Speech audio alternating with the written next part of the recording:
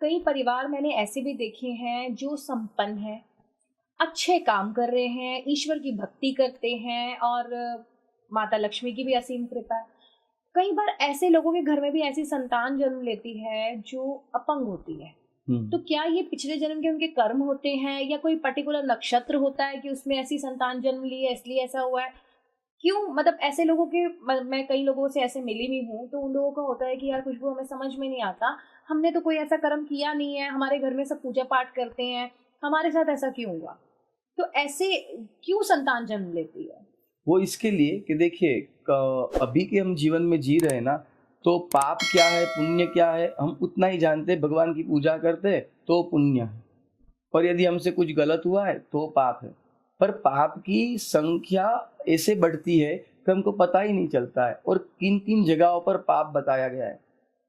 तो अगर मनुष्य ने इस धरती पर आकर कहीं ऐसे न कर्म करने जैसे कर्म किए हैं, कई लोग अभी देखिए कि चोरी करते हैं, उसमें भी तांबे की चोरी, सोने की चोरी, हाँ, ये सब महापापों में है। गाय को बेचना, हाँ, गाय का मांस खाना, ये सब महापापों में है।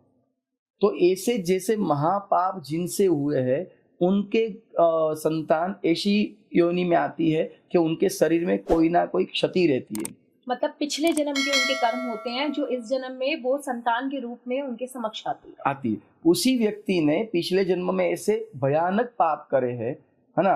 कि जिस पापों को भोगने के लिए भगवान ने इस जन्म में उसको ऐसा जन्म दिया कि भई कोई शरीर से क्षति है, कोई वाचा से क्षति है, कोई सुन नहीं सकता है। तो ये सब अवस्था वो पापों का ही एक भाग है। तो ऐसे लोग क्या करें? मतलब क्या उपाय है ऐसे लोगों के लिए? क्या कोई पूजा है, कोई विधि है या किस तरीके से वो अपना अगला जन्म अच्छा करें? क्योंकि ऐसे पेरेंट्स मैंने देखे हैं वो बेचारे बड़े परेशान हैं। आपने देखा होगा आजकल बच्चे ऑटिस्टिक हो रहे हैं।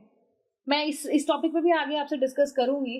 अ, मतलब माँ-बाप इतने परेशान हैं कि हम कैसे पालें आज को हमें कुछ हो जाए तो हमारे बच्चे को कौन सँभालेगा? आधी से ज़्यादा टेंशन तो उनकी इस चीज़ की है।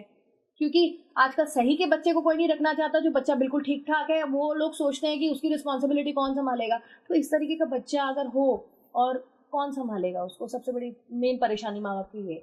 तो क्या कोई ऐसी विधि है, ऐसा कुछ है जो माँ-बाप कर सकें? क्योंकि ऐसे बच्चे तो कर नहीं सकते कि आगे का उनका जन्म जो है वो तर जाए।